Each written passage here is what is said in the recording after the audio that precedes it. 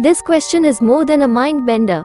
For thousands of years, certain people have claimed to have actually visited the place that St. Paul promised, no eye has seen, and no human mind has conceived, and their stories very often follow the same narrative arc.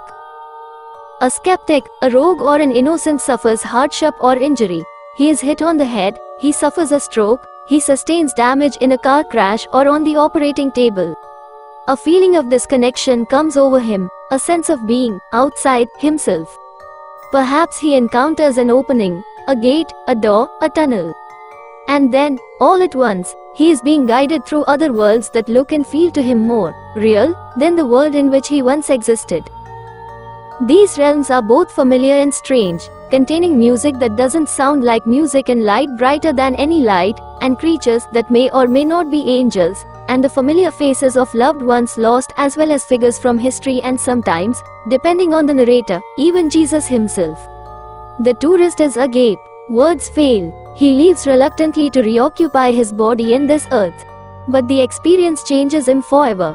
Convinced as he is of a wholly different reality, he is calmer, more self-assured, determined to persuade the world of heaven's truth. He tells his story to the masses. Heaven is real, he proclaims. Those who survive approach the brink in such different ways, car accident, stroke, heart attack, that it's impossible to compare their experiences empirically. But over the years, science has posited a number of theories about the connection between visions of heaven and the chemical and physical processes that occur at death. Andrew Newberg is a neuroscientist and professor at Thomas Jefferson University and Hospital, and has made his reputation studying the brain scans of religious people, nuns and monks, who have ecstatic experiences as they meditate. He believes the tunnel and the light that NDEs so frequently describe can be easily explained. As your eyesight fades, you lose the peripheral areas first, he points out. That's why you'd have a tunnel sensation. If you see a bright light, that could be the central part of the visual system shutting down last. Newberg puts forward the following scenario, which he emphasizes as guesswork. When people die, two parts of the brain that usually work in opposition to each other act cooperatively. The sympathetic nervous system, a web of nerves and neurons that run through the spinal cord and spread to virtually every organ in the body, is responsible for arousal or excitement.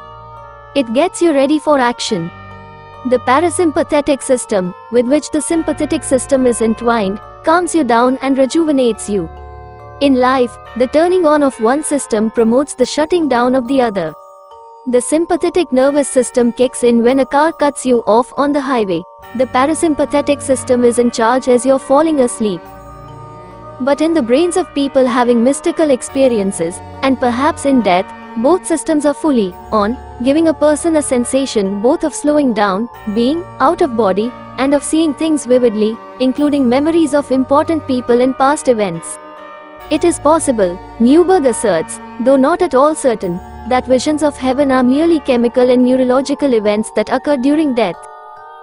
Since at least the 1980s, scientists have theorized that NDEs occur as a kind of physiological defense mechanism. In order to guard against damage during trauma, the brain releases protective chemicals that also happen to trigger intense hallucinations.